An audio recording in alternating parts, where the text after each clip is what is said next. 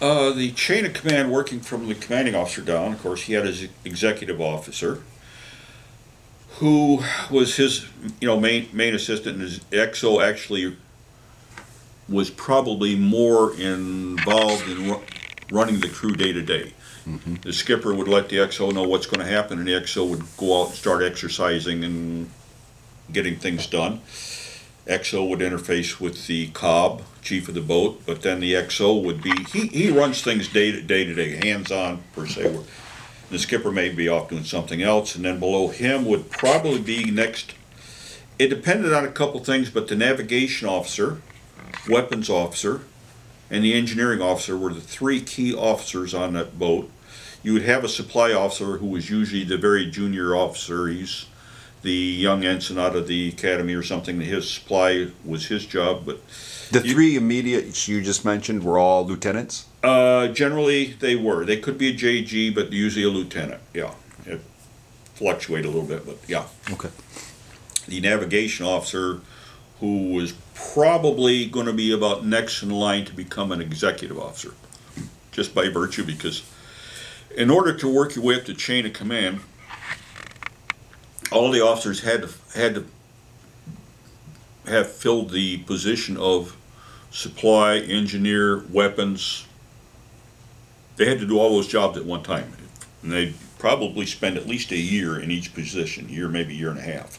And I don't know how it's changed now with the nukes, but that would be the normal procedure. Was you had completed and filled those positions, and then you worked your way up to the navigation officer, and you could have a navigation could also be the executive officer, just depended on the situation. But these officers all filled those positions. They were well qualified when they got up that far. Whatever was going on, they were.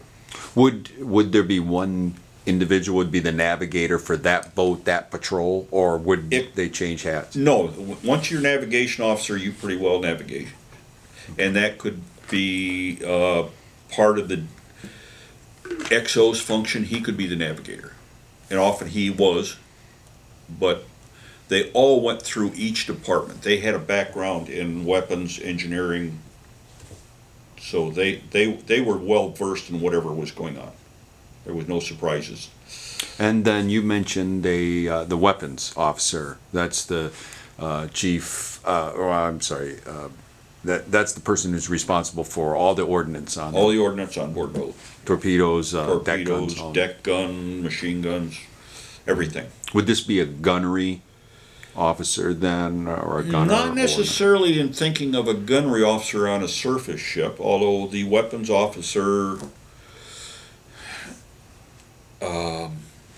would certainly have that background. But of course, all these deck guns had been removed at the end of the Second World War. The only guns we carried were 50 caliber guns, machine guns. We carried those out during the Vietnam situations. So we had that surface capability, but the weapons officer, he was in charge of torpedoes and ammunition and any other guns that you might be carrying. So, is there always a number one torpedo man, a chief torpedo? Always a chief torpedo man. Okay. You could have a chief in each torpedo room. Fore and aft. Fore and aft.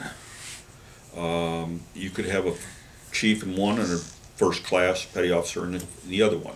It just sort of depended a little bit about how you're staffed and what your crew complement was and what was going on. But you always had chief electricians, chief sonarman, quartermaster, all those. You carried about 8 chiefs on there.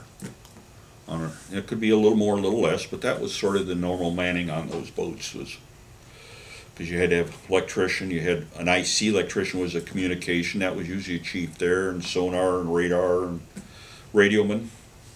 So those were, each one of those departments had their chief on board. So the chiefs generally always stood the hydraulic manifold watch, but sometimes our chiefs would stand diving officers. That was not unheard of on long patrols, because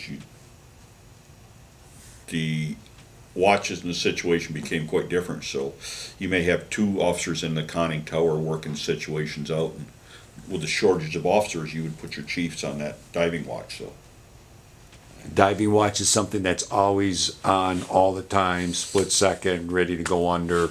Or You're ready to go under, but once you're down, the diving officer, is the one person managing that control room. It's his responsibility to ensure that it is being operated the way you're holding the depth you want. More critical when you're snorkeling or at periscope depth, because you're holding a very precise depth, and balancing the boat out or trimming it is his responsibility. So he has to keep the boat balanced or trimmed by moving weight, in this case seawater, in or out of the boat or forward to aft to keep it, because as the crew moves forward or aft, the boat really shifts, the weight shifts.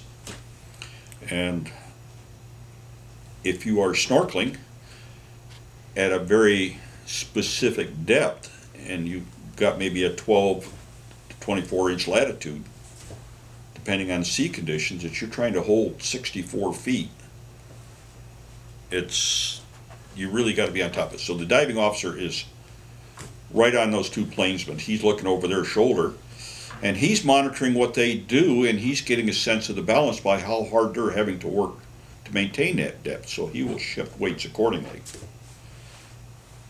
And that's so all those jobs really get very, I'll say not complicated, but you really have to pay terribly close attention to what you're doing, or you're going to have issues. The snorkel valve goes underwater if you're not watching your depth carefully, or you let it get out of control, and that shuts down the snorkeling process. Mm-hmm.